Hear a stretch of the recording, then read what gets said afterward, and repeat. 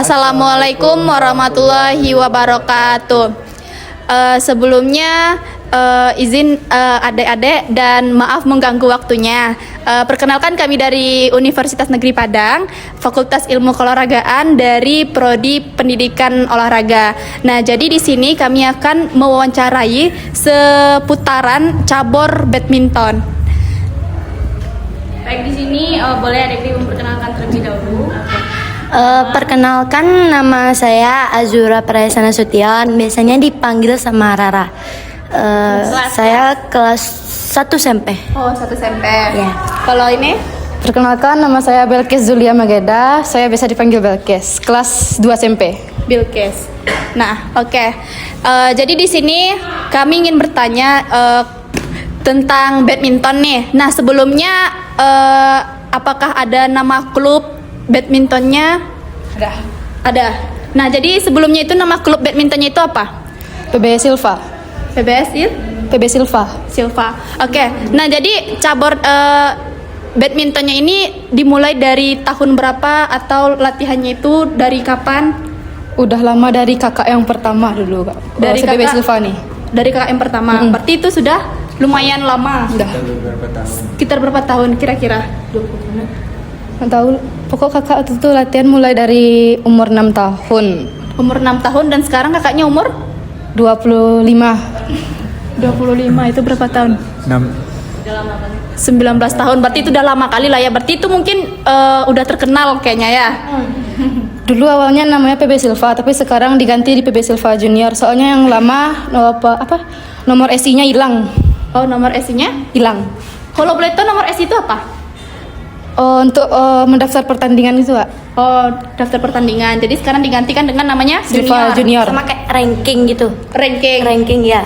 Oh, tahu. Nah, mungkin di sini adik-adik pernah jadi atlet badminton atau kayak mengikutin pertandingan gitu ya? Pernah ya kan?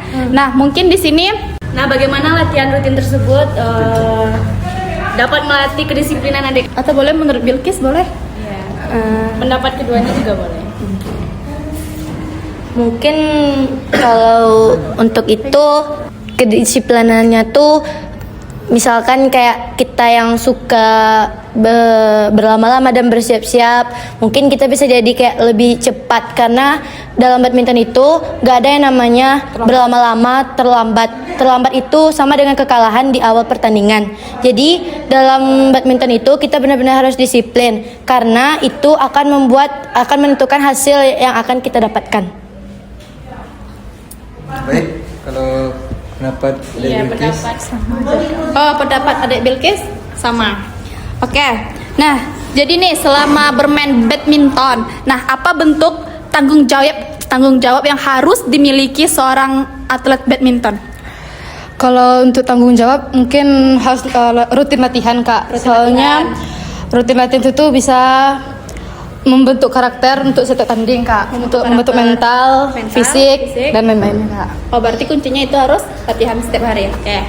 Kalau menurut Itu yang paling pertama sekali itu tanggung jawab yang harus kita miliki itu kayak mental. Karena kalau kita itu nggak punya mental, pasti percuma aja kita untuk melakukan badminton. Karena misalkan nih kita baru latihan, terus kita juga baru pertama kali mengikuti pertandingan, terus kita udah kalah di pertandingan pertama, itu kayak kita udah langsung drop, itu percuma aja kita latihannya jadinya, Kak. Nanti kita juga takut nanti juga kalah ya nanti di pertandingan pertama, malas latihan badminton. Jadi kayak kita benar-benar perlu mental banget kalau untuk ini. Oh, berarti dia kuncinya harus punya mental. Nah, jadi nih mungkin pernah bertanding gitu kan. Nah, jadi kalau misalnya kita bertanding gitu kan, otomatis itu kunci yang paling pertama itu adalah mental, ya kan? Nah, jadi bagaimana cara kita membangun mental supaya kita tuh nggak gampang nyerah? Karena kan banyak tuh beberapa kalau misalnya nih ada orang bertanding gitu, dia bagus dari gerakan atau segala macam, tapi kalau dia nggak punya mental itu pasti down gitu. Nah, menurut adik-adik sekalian itu kayak gimana? Mungkin cara membentuk mental yang pertama kali itu kita pertama harus terbiasa dalam berlatih itu terbiasa untuk dimarahi atau dinasihati oleh coach kita masing-masing. Karena itu kadang kan kita tuh kan ada yang kurang nangkap gitu. Jadi kayak pelatih itu harus memaksa kita untuk satu hari itu harus nangkap. Jadi dari situ kita harus bisa Kak bentuk mental, kayak nggak langsung takut gitu. Gimana ya, aku belum dapat, takut nanti kalau pas uji cobanya. Jadi yang pertama itu kita benar-benar harus berani dulu terhadap amarah dari coach kita dulu, karena itu juga bisa membentuk mental kita. Menurut pendapat adik-adik, nah seberapa penting olahraga seperti badminton itu dalam dunia pendidikan? Kalau badminton mungkin penting dalam dunia pendidikan Kak. Kalau misalkan kayak kita kuliah pasti kita harus ambil jurusan. Oh, iya? Terus dalam jurusan itu kita juga harus tentunya memiliki bakat salah satu di olahraga, cabur olahraga. Contohnya juga badminton. Di badminton pun kita bisa mendapatkan fisik yang lebih baik, seperti kayak lari lebih lama, kuat dalam satu poin itu, misalnya kayak ada rally panjang gitu, kita harus kuat dalam bermain Kak. Oh, oke. Berarti itu adalah penting dalam dunia pendidikan, karena mungkin kan kayak kalau misalnya kita masuk dalam dunia kuliah itu bukan berarti dalam tes tulis saja, mungkin dengan cara kita mempunyai bakat atau dengan hal-hal yang lainnya kayak gitu ya. Oke. Baik. Mungkin sekian wawancara kami pada hari ini. Lebih dan kurang kami minta maaf dan terima kasih sudah meluangkan waktunya. Oke. Dah, baik, mungkin sekian dari kami, lebih dan kurang kami minta maaf. Kami akhiri dengan wassalamualaikum warahmatullahi wabarakatuh. Selanjutnya kita masuk ke tahap wawancara. Yang pertama yaitu bisa diceritakan sejak kapan kakak memulai menekuni olahraga pada cabur renang. Awal mulai mengikuti renang ini dimulai dari kelas 3 SD. Dari sana mulai ikut lomba, ikut tanding, dilatih terus sampai akhirnya alhamdulillah sampai tingkat nasional dan berakhir di saat waktu kuliah. Pertanyaan yang kedua untuk Kak Dia, apa yang membuat Anda tertarik menjadi atlet renang? Berenang itu udah kebiasaan dari kecil, dari TK atau dari kecil. Jadi dari sana mulai terbiasa renang, tambah juga dukungan dari orang tua, sekolah, dan daerah. Berarti kakak ini udah dari kecil, berarti di sini ada kolam berenang nggak? Ya. Menurut kakak, bagaimana olahraga renang dapat membentuk karakter seseorang? Olahraga renang ini dapat membentuk karakter kita, salah satunya dalam waktu disiplin. Kita dikasih latihan yang rutin, bagaimana disiplin dalam waktu antara latihan dan belajar di sekolah. Pada cabur renang ini yang paling dilatih itu yaitu disiplin ya, Kak? Ya. Untuk membentuk karakter seseorang. Nilai karakter apa yang paling kakak rasakan berkembang saat menjadi atlet? Misalnya disiplin, tanggung jawab, dan kerja keras. Mungkin karakter yang dapat dari renang ini misalnya tanggung jawab buat memang itu kalau ada pertandingan kita tanggung jawab, mulai dari waktu itu bermain sama waktu yang seperti. Ada tanggung jawab sama disiplin ya Kak ya. Bagaimana kakak membagi waktu antara latihan dan pendidikan sekolah atau kuliah saat mengikuti lomba renang ataupun latihan renang?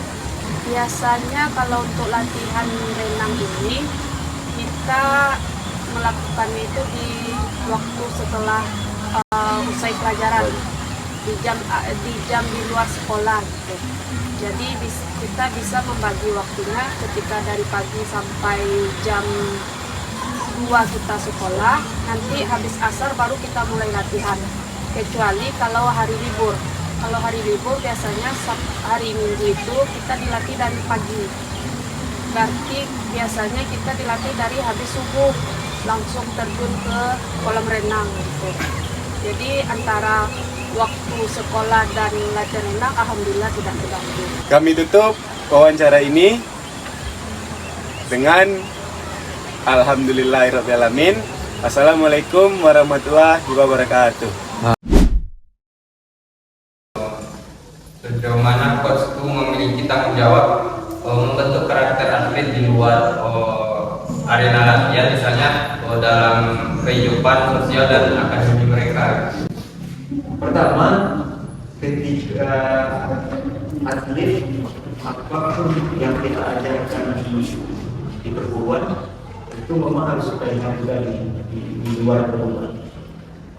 Saya kalau seandainya ketemu atlet yang latihannya persiapan apapun dengan saya, lalu ketemu merokok kedua bisa itu merokok. Kalau dia akan saya prioritaskan menjadi atlet akan bawa waktu bertanding, ketika dia ketemu merokok katakan akan bawa itu sebagai hukuman pertama ini. Yang kedua, seandainya nanti di luar itu kita dapat laporan hal-hal yang tidak menyenangkan dari masyarakat, dari orang tua dan segala macamnya tentang pandainya di rumah dan segala macam, itu jadi bahan evaluasi dari perubahan. Apakah kita ambil tindakan, kalau tindakan itu cukup memberatkan harus dikeluarkan atau dilakukan pembinaan. Bagaimana coach menanamkan kejujuran kepada atlet silat ketika mereka tuh berada dalam tekanan besar untuk menang, termasuk saat menghadapi keputusan wasit yang kontroversi.